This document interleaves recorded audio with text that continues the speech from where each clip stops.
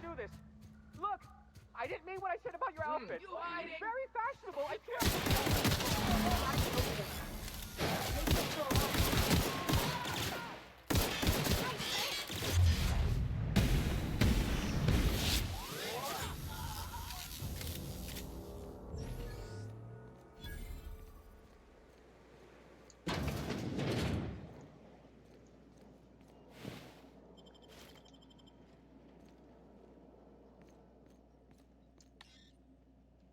Hacking skill too low. That's the first time I've seen that.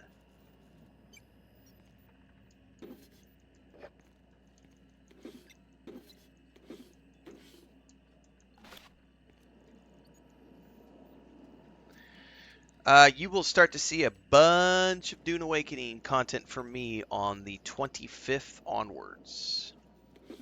So I am partaking in a special beta preview event right now, which I announced a couple days ago in my stream schedule. That's why I'm not doing afternoon streams right now, because my afternoons are currently being spent playing Dune Awakening and recording a bunch of footage.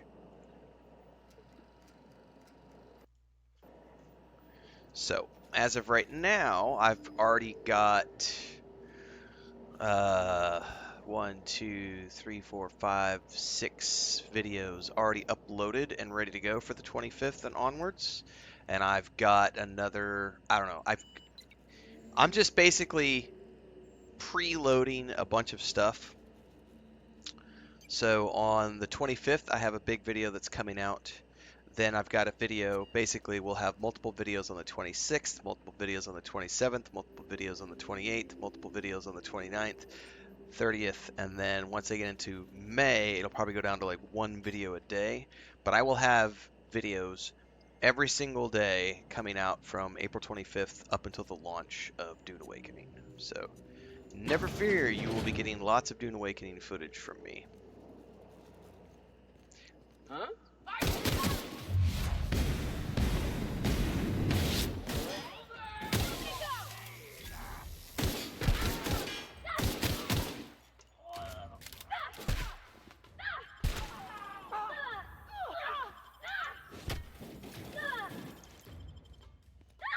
Everyone all right?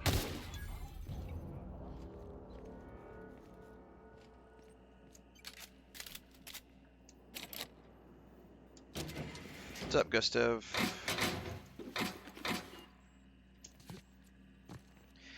The easiest thing for me to say right now without, I can't share any footage until the end of the month. The easiest thing I can say to people wanting to know more information about Dune Awakening is that if you like crafting games, if you like crafting survival games, you're going to have a lot of fun. Because it's a crafting survival base building game at its core. So if you liked Enshrouded, Valheim, Minecraft, V Rising, any of those crafting survival base building games, you're going to love Dune Awakening. It's an absolute blast. On top of that, layered on top of that, is the MMO aspect that you can participate in if you want to. You don't have to. I am largely doing everything solo. I will be showing off some duo footage, which is going to be, I think next week I'm going to start to do some stuff with a friend, and then I'll be sharing. So you're going to see a lot of the footage that I'm going to be sharing is going to be a lot of solo stuff. So you're going to be getting the same stuff I normally do. It'll be me doing quests, showing off the early hours of the game, early beginner's guides for lots of the various things, showing off base building, showing off the crafting system, all that kind of stuff. Then if you want to participate in it, there are group-based areas where you can go. Now you can go into those group-based areas on your own. It's much more challenging, but you can do, I don't want to call them dungeons, but they're kind of like dungeons. There's two different types. One type is PvE. I think they're called Eco Labs. I need to go look up the terminology. I think they're called Eco Labs. The Eco Labs are PvE. and you can get contracts and quests to go into those eco labs and to get things out. And you can go in there solo, or you can go in there with a group. Much more challenging to do it solo, but totally feasible. Then there are shipwrecks, I think is what they're called, and those ones are PvP areas, but they're clearly defined, clearly marked as PvP specific areas, and you don't go into those areas if you don't want to participate in PvP. It's that fucking simple. So if you just want to do the PvE, you could do 100% of the story in Dune Awakening, 100% of the narrative storyline you could do on your own, solo, without ever talking to another player, without ever grouping up with another player, without ever doing anything with another player at all. So if you just want to do the crafting, survival, gameplay, base building loop, there is, I know I don't want to make any estimates, but I would argue there's probably a good 100 hours of content there if you just want to do that, without any optional extra stuff or any of the DLCs that are coming. Then if you want to do like group-based dungeons and stuff, there's that content. Then do you want to do PvP? There's that aspect. Then on top of all of that, it's not just base building. It's also all of the vehicle crafting. And so there's like, they've showed off like you have your sand dune buggy. It's like a four-wheeler in the sand. It's like a three-wheeler. There's that. Then there's the ornithopter. Then there's the hauler ornithopter. Then there's the sand crawler. Then there's like the transporter for spice stuff. So then you get into the whole, well, do you also want to participate in the Landsrad? And the Landsrad is sort of like the end game. They've talked about this. I'm not spilling any beans here. They've talked about this on their website and in their videos and stuff. The Landsrad is like the end game mission-based activity, and those things change on I can't remember if it's a weekly basis or something. It'll probably change by the time it gets to launch anyway. But those change on a pretty regular basis. So the Landsrad, if you've never read the books, they don't really show the Landsrad off in the movies. Dune Spice Wars, if you've played Dune Spice Wars, the Landsrad is in there, and it's similar to how it works there, but essentially the Landsrad has a rotating series of missions based on who's in control of the Landsrad at any given time, and there's lots of factions. The Harkonnen are a faction, the Atreides are a faction, all the families that make up the Chom, the Landsrad. So then there's this whole aspect at the end game, late game, where if you want to participate in the Landsrad, that's sort of the rotating quests that come around on a regular basis. And those have you doing lots of different activities, which are things like PvE activities like resource gathering or dungeon running, or there's PvP activities, and that's when you get into the deep desert, which is this massive open full PvP area where all the major spice blows happen. And so that's where it's guild versus guild going out there to try to be the first to get to the spice blows. And then the Landsrad activities that are going on, you have guilds who are participating to try to be the first to complete the Landsrad activities, because there are bonuses for being the first to complete the activities, or bonuses to, like, you know, having your faction complete their things. So there's a whole bunch of, and I don't know tons of stuff about the end game stuff because they haven't released a ton of information about it. I'm just going off of what they've published. I haven't tried to push too far into the end game because that's not the purpose of the way I play. But I can say that if you enjoy the crafting, survival, base building loop, you're going to have a lot of fun with Dune Awakening. I personally don't PvP. I hate PvP. I will not be participating in PvP ever. So it's very refreshing to me. It's a lot like if you played New World Eternum. That's kind of how it works as of right now, is that there is this, 100-hour-ish, depending on playthrough, story arc that you can do all by yourself. And then there's all this optional PvP stuff that you can do if you want to, optional PvE group-based stuff that you can do if you want to, but you don't have to. So you're going to get out of the game what you want to get out of the game based on how you play. It's kind of that simple.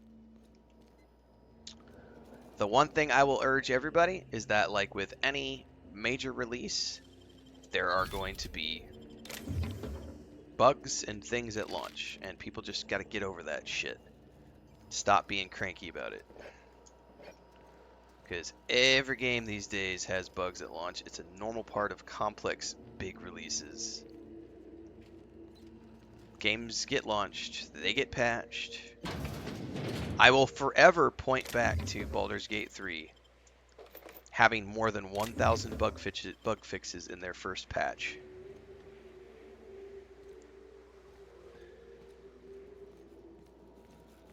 Won every Game of the Year award there was to win and still had a buggy ass launch.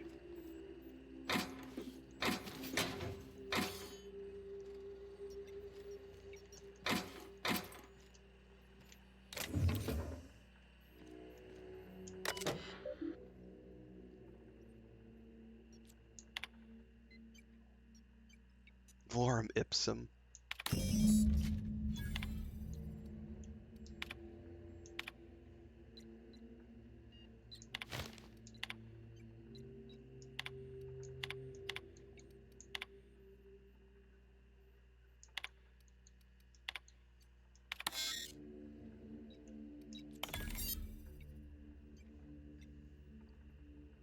Thunderdog.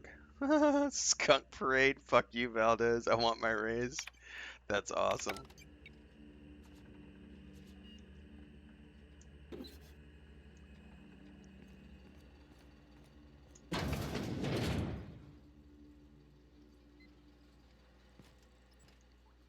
Yeah, thankfully the PvPs are Anthemium, or yeah, it was Arnanthium who said that. The PvP in Dune Awakening is 100% optional and consensual. Like, you don't participate in it if you don't want to. And honestly, the only reason to do it is if you want some extra rush, you know. And there is a certain aspect of risk versus reward because, you know,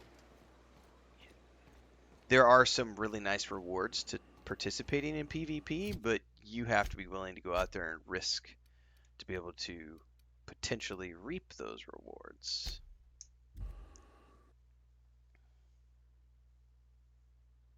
But it's optional. So anyway, I'll be sharing, I'll have footage coming out at the end of the month. And it's going to be, first few days, it'll be multiple videos per day, and then after that will be just a video per day. Thank you again for retrieving the bolt. It's Yeah, there's no forced PvP, none at all, 100%. And they've been very forthcoming about that on their website and all of their blog posts and everything else. But I think a lot of people just don't know that yet because, it hasn't been widespread. But yeah, there's no forced PvP, none whatsoever. It's 100%. Honestly, the easiest comparison I can make is New World Eternum. Because New World Eternum has about 80 to 100 hours of single-player storyline that you can do. And then once you get beyond the storyline, you have the faction stuff that you can go do, which is PvP.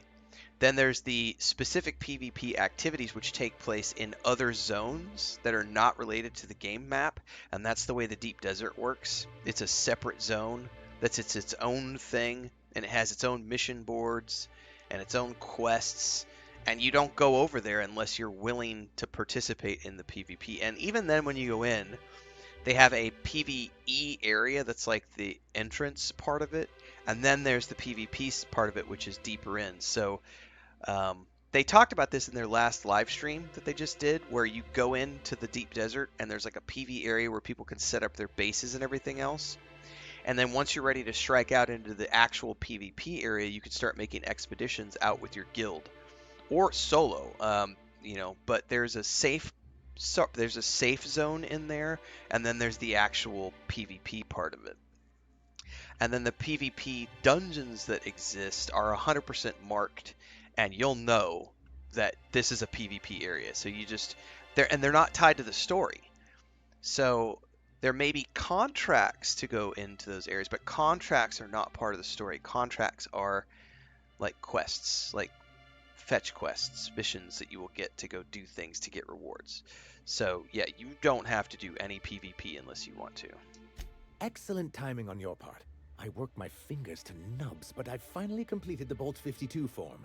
I dare say it will be my second greatest achievement after the Reformation. And I'm sure for some people there's also going to be getting the ahead of aspect of yourself like So I am. Do you have this cartridge? group-based gameplay, like joining a guild and doing all that kind of stuff. It's just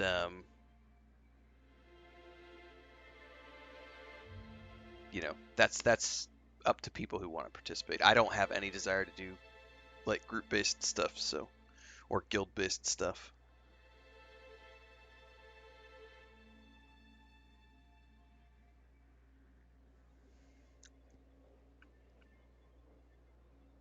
Hang on, what are these reformations you're talking about? I'm working on a plan to reorganize the board. Slowly, peacefully, and with meticulous documentation. What's gonna happen to the people here when the board figures out what you're doing? Well, by that point, my hope is that we'll be on the board once more. Maybe I'm worrying too much, but it seems the folks here get plans made for them an awful lot. When do they get to start making plans for themselves?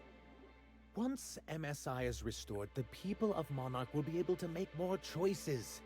We'll have all the brands and resources of the board here. But truly, I am getting ahead of myself. First, I need to submit the Bolt 52, with that data you're holding, of course. Oh, did I say I have data cartridge? This is what I call my left nut.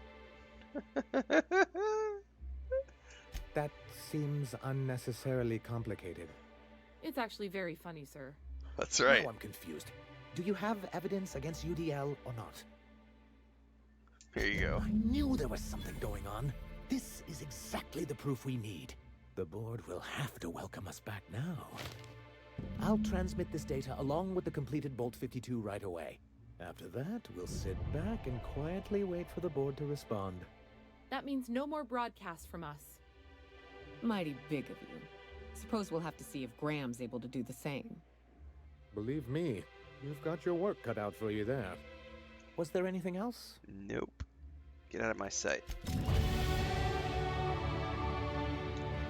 What dropped the board assigned you with the bridge? That it was something. Okay.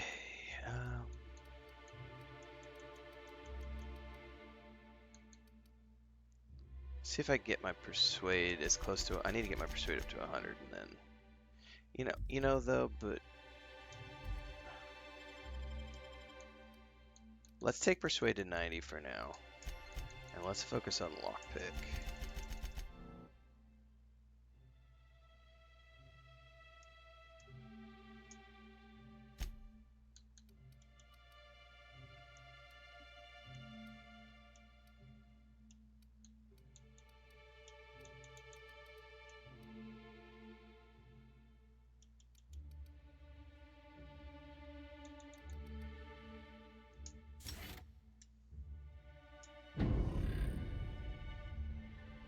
Real neat, like professional flexing.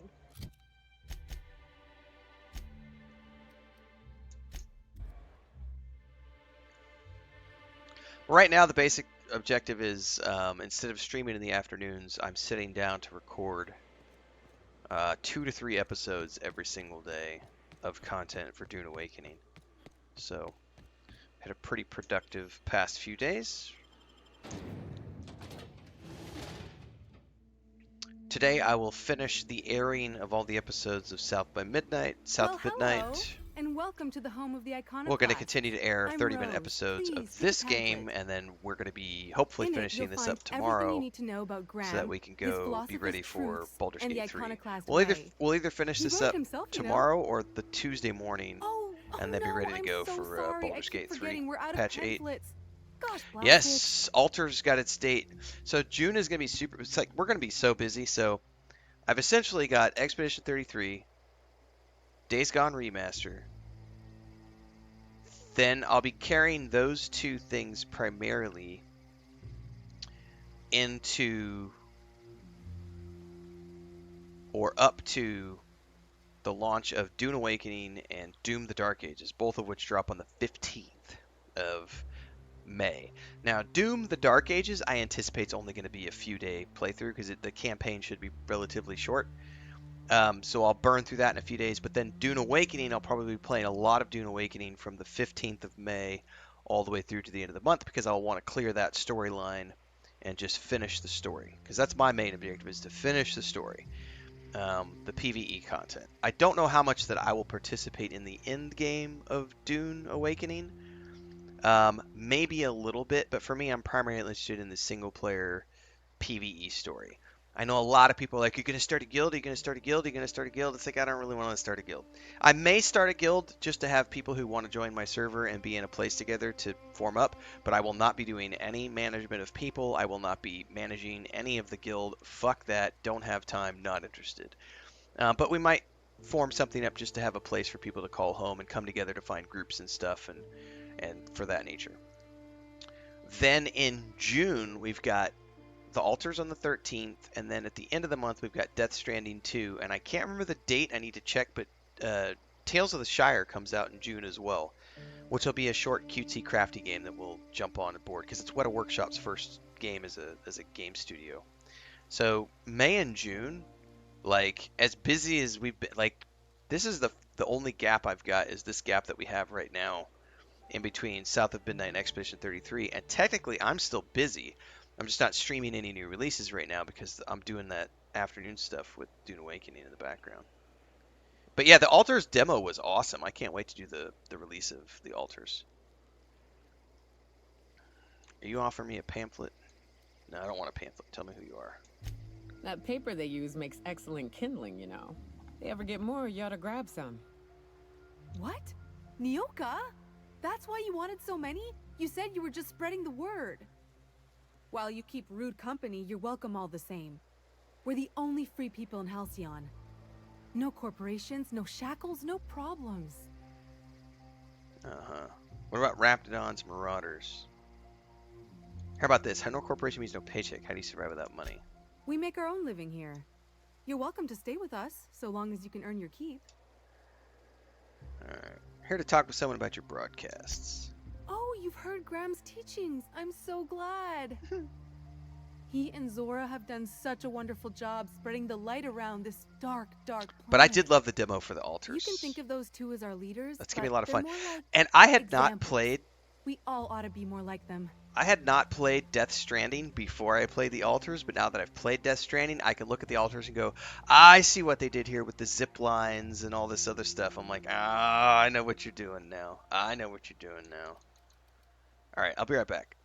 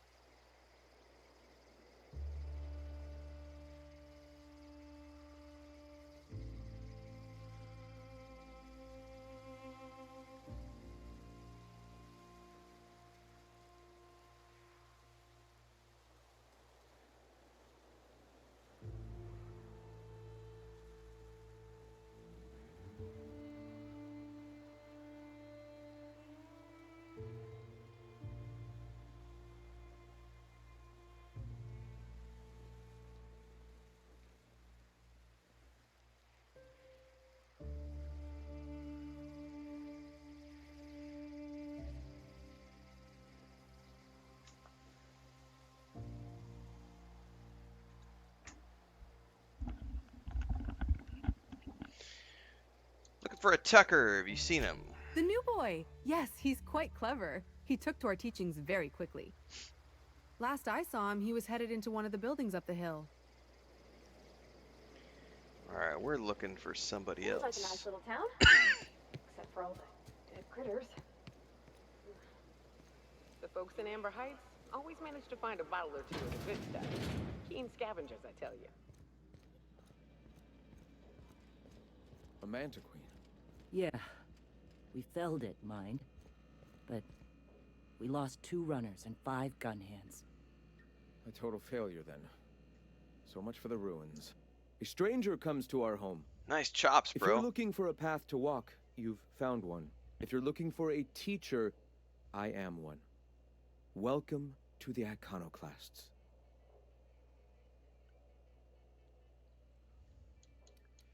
We just need you to stop using Devil's Peak. Stop? No. Spreading the truth is the only way to combat the board's poisonous campaign of propaganda against their people. Your broadcasts aren't working. Nobody's listening. I realize the board has blockaded our efforts, but Devil's Peak is an interplanetary radio tower. Surely somebody is listening. Surely? You're only transmitting on a single radio frequency and very few people can receive it. Excuse me. I'm from Edgewater on Terra 2. If you'll pardon my saying, nobody I know's ever heard of you. All the more reason to double down on our efforts. Graham, we should be focusing on survival anyway. Food, ammo, and medicine. Maybe now's the time to pivot. Pivot, huh? If radio isn't working, we might try another way. It seems the captain's timing is more than just serendipitous. It must be fate. I've had my sights on an old printing press for some time. The board uses magazines and advertisements to subtly focus the colony's attention. We will use their tricks against them. Advertisements, sir. Wait, Advertisements. that's not what I meant. Help me clear out and repair the press, and I will have no need for that rust bucket of a radio tower.